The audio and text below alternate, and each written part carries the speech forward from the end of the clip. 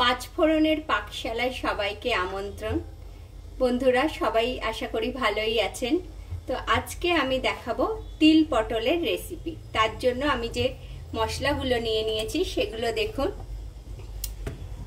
এটা রয়েছে সর্ষের সাথে পোস্ত, কাশ্মীরি রেড চিলি, টমেটো,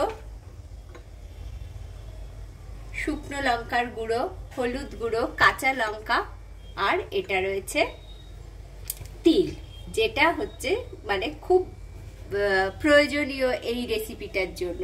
আর তার সাথে রয়েছে একটু গোবিন্দভোগ চালের গুঁড়ো।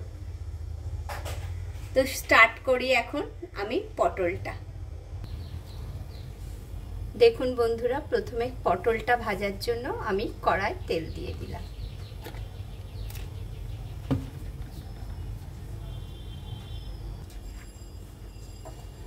তেলটা গরম হয়ে এসছে, এবার আমি পটলগুলো আস্তে আস্তে ছেড়ে দিচ্ছি।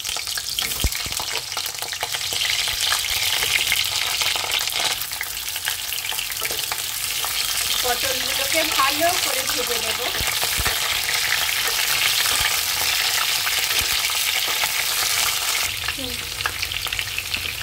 পটলের মধ্যে দিয়ে দিলাম নুন,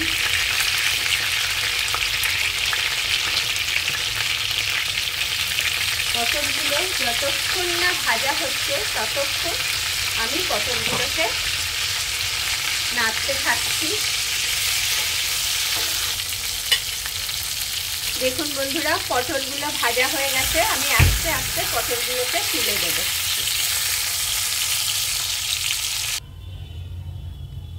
কড়াই একটু তেল দিয়ে দিলাম। এবার একে একে দিয়ে দেব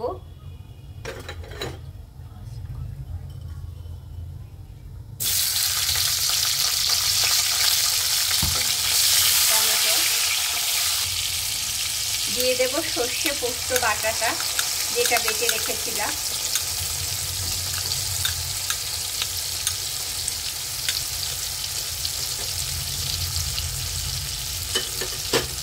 এর সাথেই দিয়ে দেব একটু জল।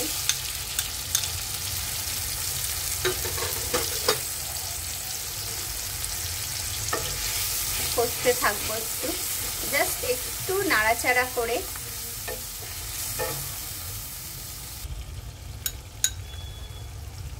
হলুদ গুঁড়ো,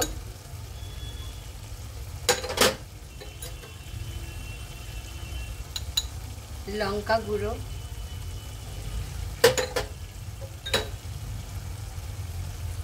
কাশ্মীরি রেড চিলি পাউডার,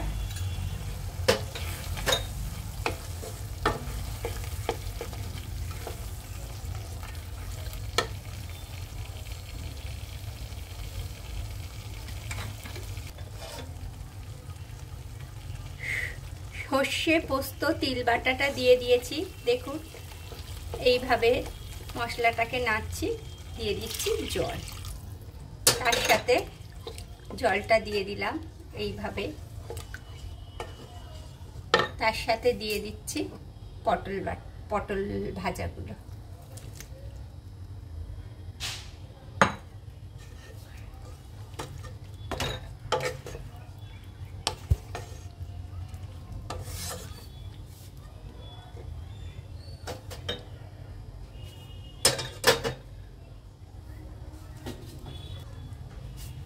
স্বাদ মতো নুন দিয়ে দিলাম। যেহেতু নিরামিষ রান্না, একটু সামান্য চিনি দিয়ে এটাকে আমি একটু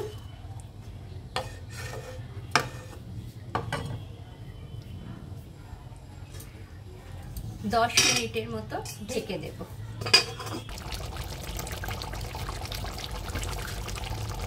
দিয়ে দিচ্ছি একটু গোবিন্দভোগ চালের গুঁড়ো।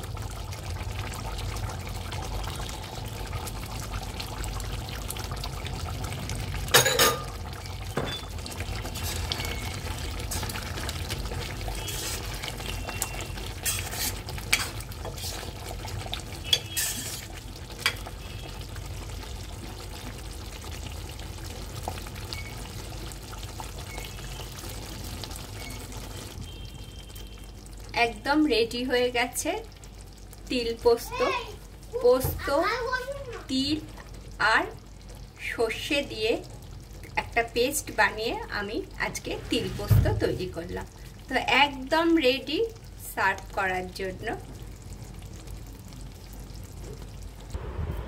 একদম রেডি হয়ে গেছে দেখুন তিল পটল।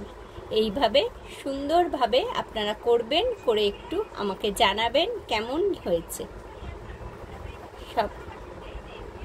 সবাই ভালো থাকবেন, সুস্থ থাকবেন, আর আমার চ্যানেলটাকে একটু সাবস্ক্রাইব করবেন।